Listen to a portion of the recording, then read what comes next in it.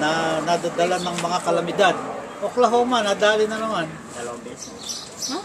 Twister? Oh, Hindi, paulit-ulit. ang dami na naman, Tornado? ang dami na naman patay. Ilan po?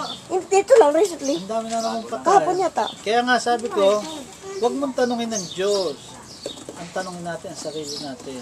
Kasi kamukha nito, itong topic natin. Huwag ka nang tumira dun. Sabi dito, 2 Chronicles 7:14, if my people who are called by my name, number 1, humble themselves.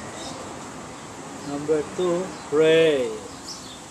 Number 3, seek my face.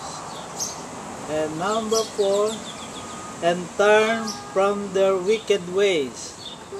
Ito ang mga problema ng tao. Then I will hear from heaven, and ito ang sagot ng Diyos, will forgive their sin and heal their land. Tamo, ang linaw-linaw, di ba? Huwag natin tanungin ng Diyos, tanungin natin sarili natin. Bakit kaya nangyayari yung mga ganong kalamidad? Ang gusto ng Diyos mabuti para sa atin. Amen? May tanong pa yung ibang tao, bakit mga bata sa eskwelahan ang liliit namatay? May 20 yata doon sa unang tornado. Pag-aari ng Diyos yun eh. Lahat tayo pag-aari ng Diyos. Kaya lang, pag dumating ang kalamidad, may ibig sabihin ng Diyos. Yun ang hindi maintindihan ng tao. Ano kaya ang nangyayari?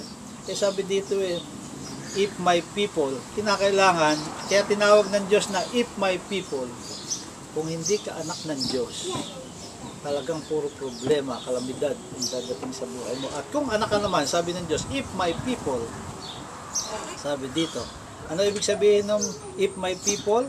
Paano ka magiging anak ng Diyos? Acts 16:31. Believe in the Lord Jesus Christ and you will be saved, you and your family. Yun ang tinatawag na my people, yung anak ng Diyos. Karamihan kasi, anak ng Diyos. Pero ang sinasabi dito ay hindi humble, hindi nananalangin, hindi hinahanap ang Diyos sa katotohanan at ayaw umalis sa kasalanan ng mga tao. Pero kilala nila ang Diyos. Tinanggap si Kristo. Kung titingnan mo, Kristiyano. Pero Kristiyanong nasa bibig lang. Wala sa puso nila. Kaya pagdating ng kalamidad, hindi nananalangin, wala silang security.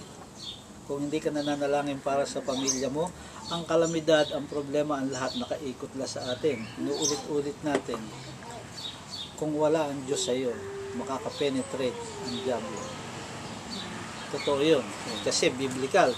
Sabi dito, if my people, sa John 3:3, kinakailangan daw tayo ay ipanganak na muli. Born from above, para maging anak ng Diyos, para tawagin tayo ng Diyos na my people. You must be born from above to see and enter the kingdom of God. Ang kabuntot na nun, kung tumanda ka ng matanda, ang direksyon mo sa kaharian ng Diyos. Amen? So, if my people who are called by my name, ano ba yung who are called by my name? There's only one name to be saved. Jesus Christ, our Lord and Savior. We must be one with Jesus. Kaisa tayo kay Jesus. Huwag tayong makipag-isa sa kalaban. Amen? One with Jesus. Philippians 2:9.